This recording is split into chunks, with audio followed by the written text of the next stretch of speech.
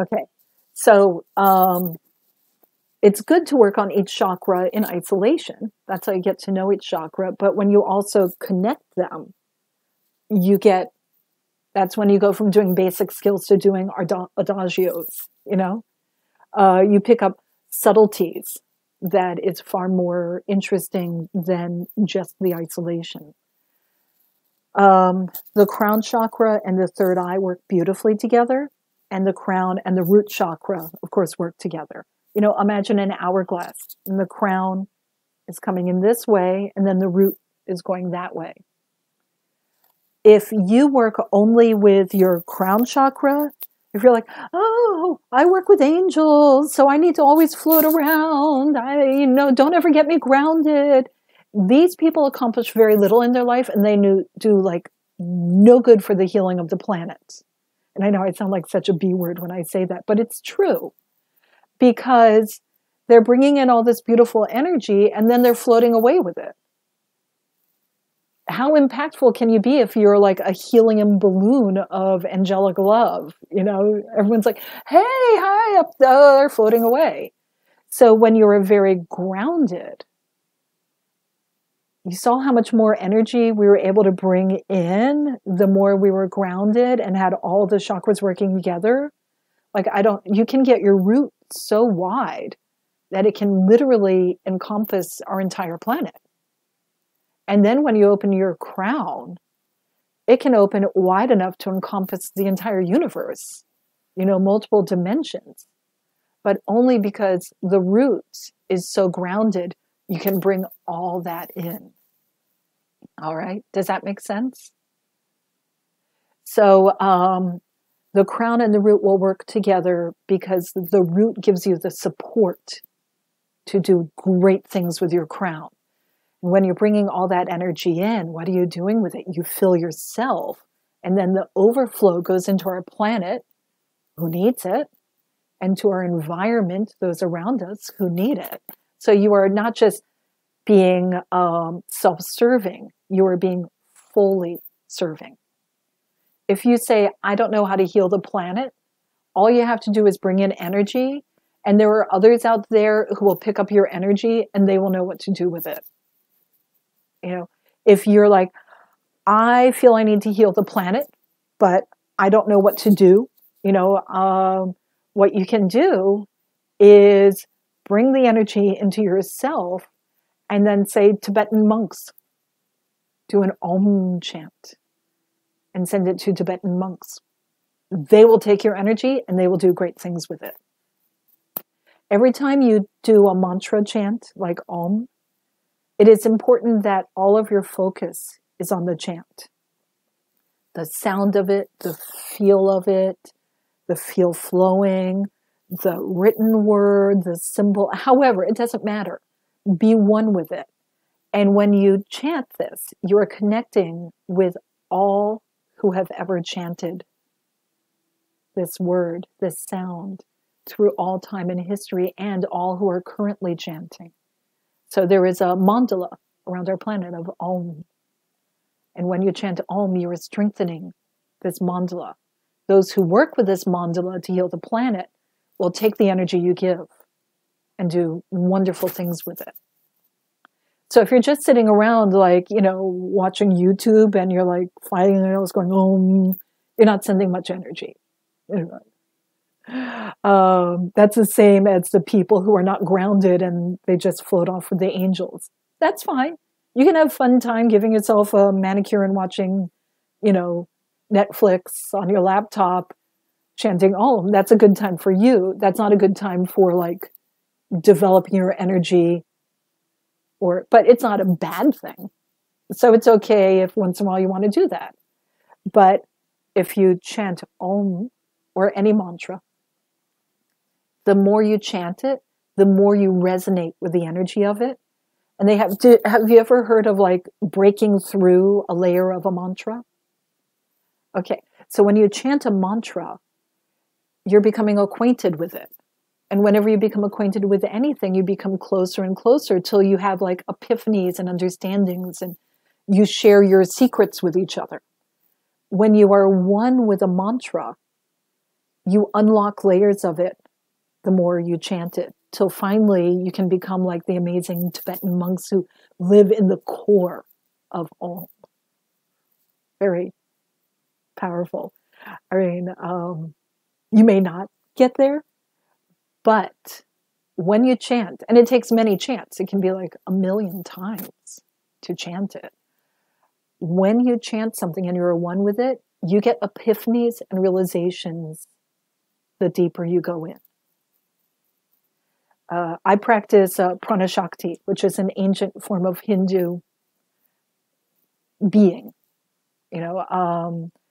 It's energy healing, but it's also like, it literally connects me with every dimension and being in all reality. And then when I do healing with it, all and everyone who can help sends what is needed through my being. I studied with the great Arun Kumar, who is the person who was charged with bringing prana shakti from the temple to the planet. There was one point where I chanted prana shakti, which means the breath of life. We need breath to live, and we need life to breathe. I chanted the mantra prana shakti nonstop for 3 months. I mean, it wasn't always out loud. It was running in my head. And at the end of 3 months, I had an epiphany that literally dropped me to the ground. I fell down from this epiphany of the energy of prana shakti. So I don't know.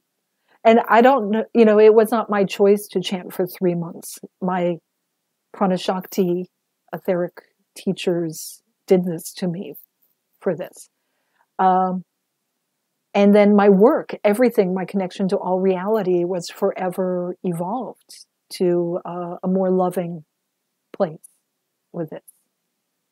So I say this because when we work with our energies and we allow our energies to support each other, we are becoming more in harmony with our own inner being.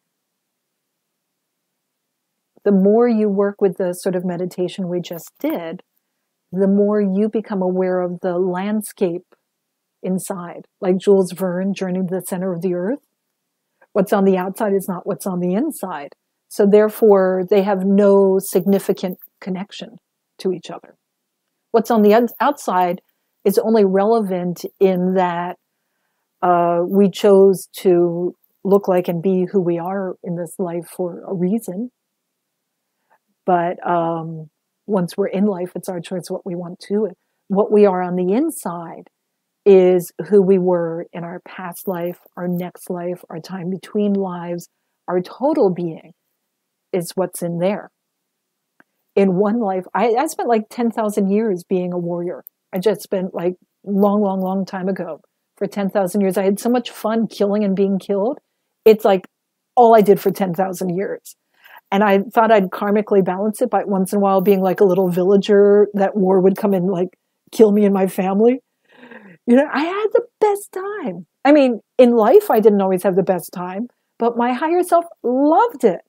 And then one day I was like, oh, I unlocked the energy of it and went a little deeper into reincarnation.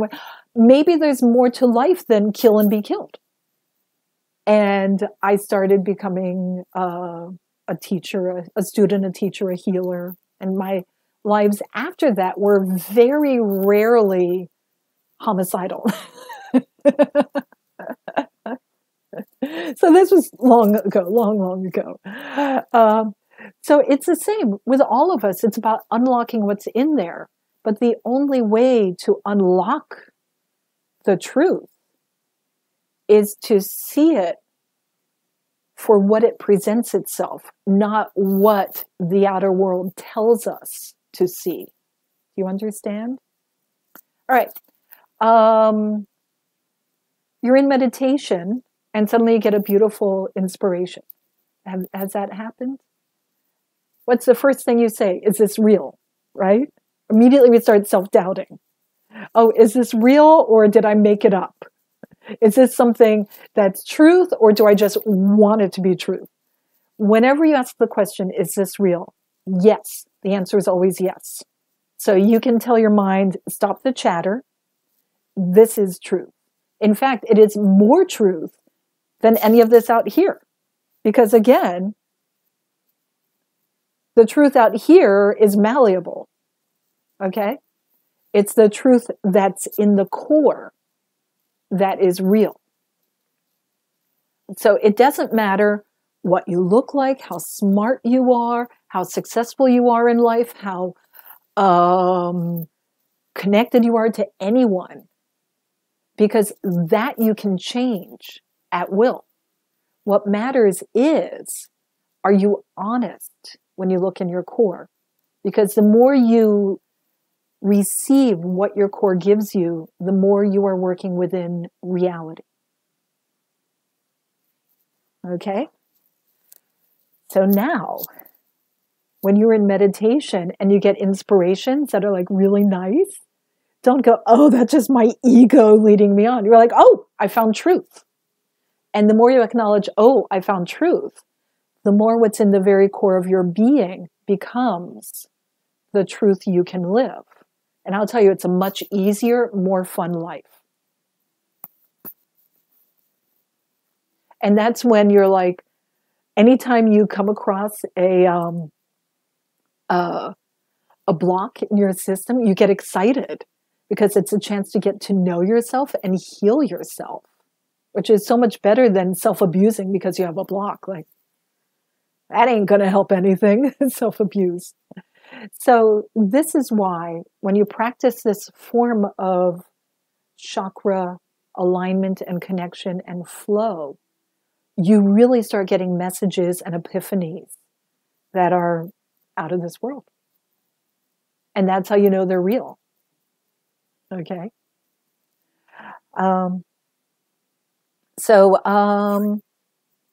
Running late. I want to do some breathwork meditation before we finish.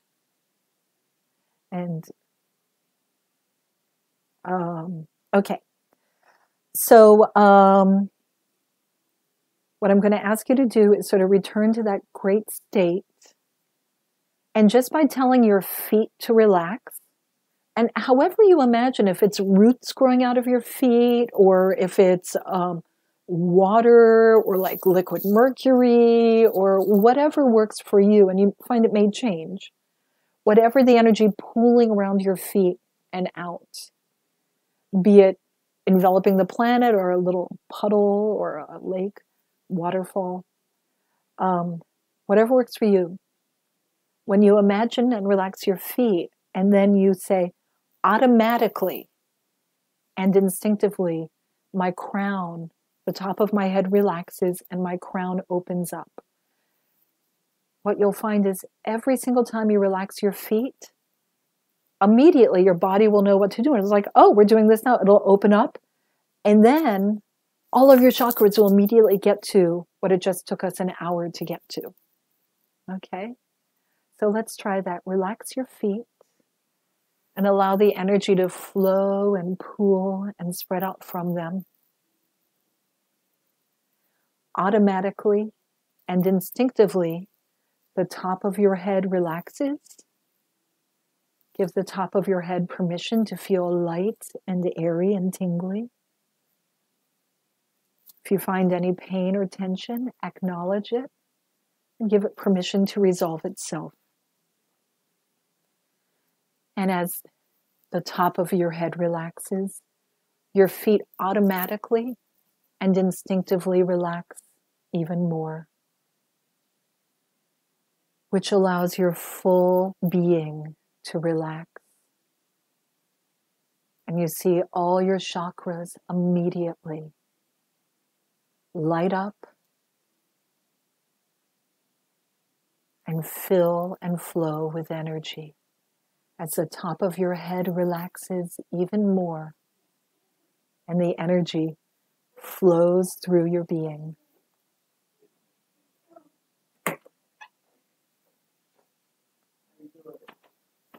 Let yourself feel relaxed flowing. Now I want you to breathe in through your nose for a count of 4. Hold your breath in your belly for a count of 4. And then breathe out for a count of 8.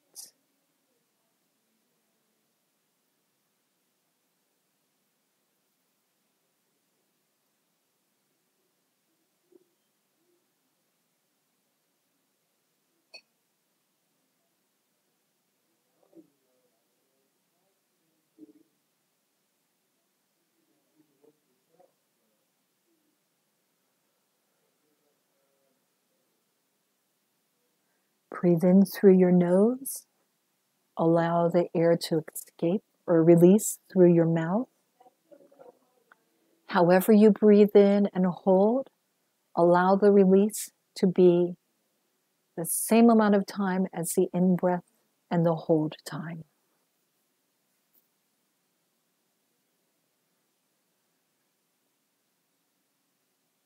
Allow your breath to flow in as deep as it wishes to go, down to the core of your belly. You might even see your belly as a deep underground cavernous lake. You're bringing sacred wind into your core cavernous being that's filled with dark magical secrets.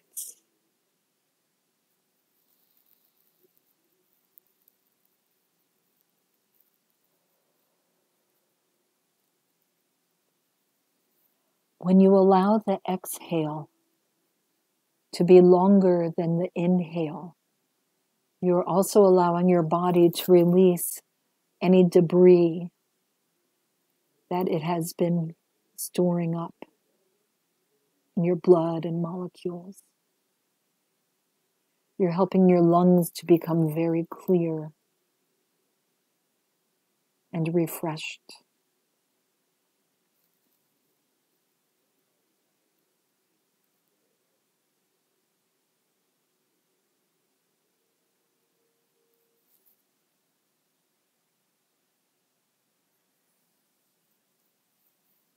Notice how your body is feeling in reaction to this beautiful breath.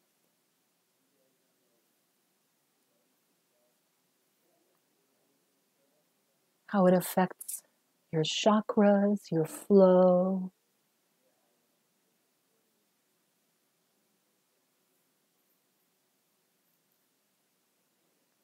Now we're going to switch our breath to a shamanic one, where we will breathe in and out only through our nose. We'll breathe in for a count of 4, and then immediately out for a count of 3, and then back in for a count of 4, and then out for a count of 3. The count can be as long or short as you're comfortable with. Breathe in through your nose. 1, 2, 3, 4. Out. 1, 2, 3. In. 1, 2, 3, 4. Out. 1, 2, 3. Continue in your own time. The goal of this is to bring in more oxygen than you're releasing.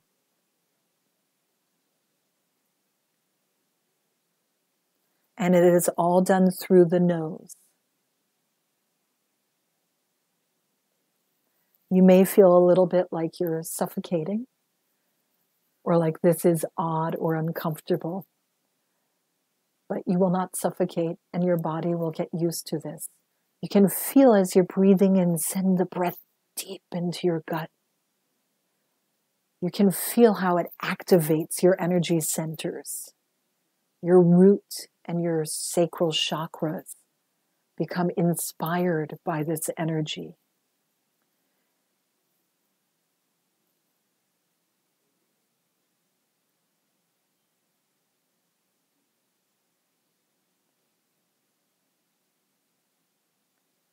And now we're going to switch to the Kundalini breath of fire energy, which is coming in through your nose and out through your mouth in short, fully down and then fully out pants, almost like a woman in labor.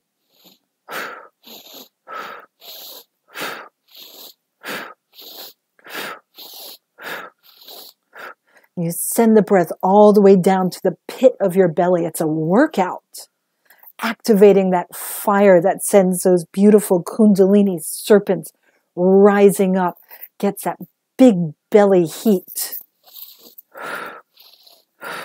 This can be done as quickly or as slowly. Slow the breath down now.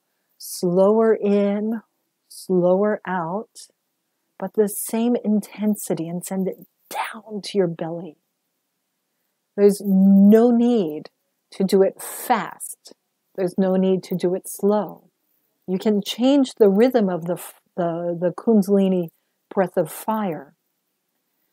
Just all the time, ram that energy down to your core being, to your belly. Even if you're breathing gently, you're still ramming that energy down, send it down deep, because you're activating the fire in your being.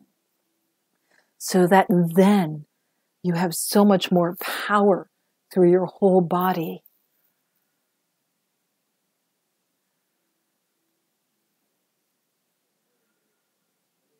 And now just return to your regular breath.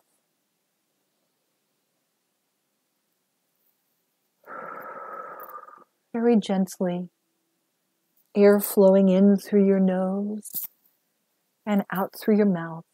And allow your body to dictate how it wishes to absorb the air and where it wants the air to go.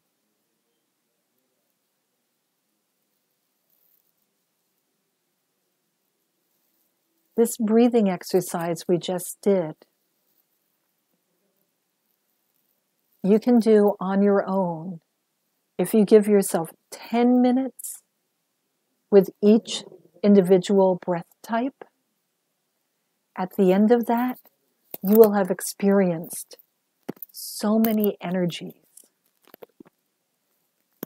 A half hour focus to breathing is a lot. So if you practice this at home, you might practice with 3 minutes of each type at first. But it will work all of your energy centers and let you know what kind of breathing helps with what kind of work and flow. You can spend 10 minutes just doing one breath while in meditation, while flowing the energy through your being. And you will see with just 5 minutes, 10 minutes of this, it creates a whole new way for your feeling and your connections.